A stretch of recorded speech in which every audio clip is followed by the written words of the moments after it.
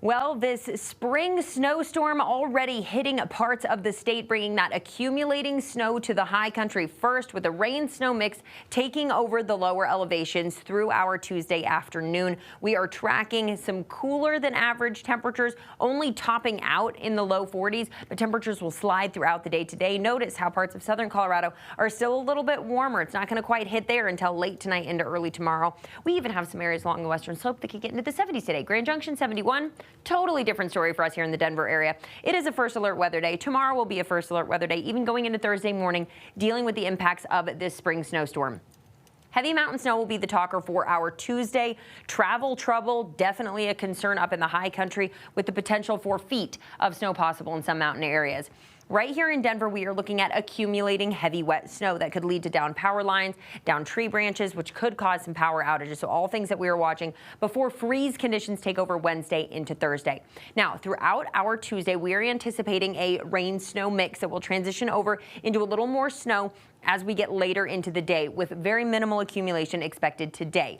Heading into tonight, watch what happens. Colder air moves in, and that transition over into snow takes over across the vast majority of the state. We'll be waking up on our Wednesday morning to that snow, and it will fall throughout the morning into the early afternoon before gradually clearing second half of the day from north to south. By about 5 or 6 o'clock, we will be in the dry side. Almost the entire state will be dry, but we will be dealing with the lingering impacts of this storm. As far as our snow totals are concerned, along and north of I-70 is where we are expecting the most snow. Rocky Mountain National Park, Estes Park could pick up as much as 2 feet, and there are some areas above 9,000 feet that could see more than 2 feet of snow. For us right here in the Denver area, we're looking at about 4 to 8 inches of snow. As you head out into the eastern plains, southern Colorado, that's where our totals start to drop off. I want to take you to the I-70 corridor here, so if you're heading up into the high country, you'll know what you're up against. Once you hit Golden, we could pick up 5 to 12 inches of snow possible there. A foot possible toward Georgetown, even more as you head over toward the Eisenhower Tunnel. Dropping back down into Silverthorne, not as much. Vail Pass 10 to 15 inches, and once you get west of Vail Pass, those totals again gradually diminish.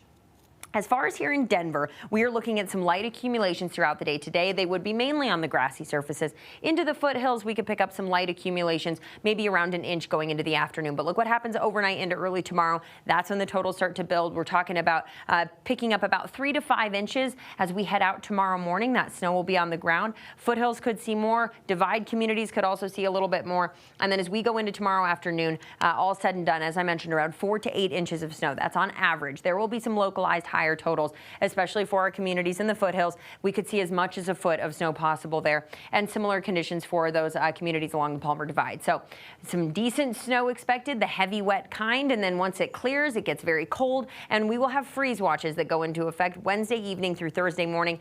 Temperatures dipping as low as 22 degrees. That could do damage to your vegetation. It is going to be cold. It will lead to freezing conditions out there Thursday morning, something to watch.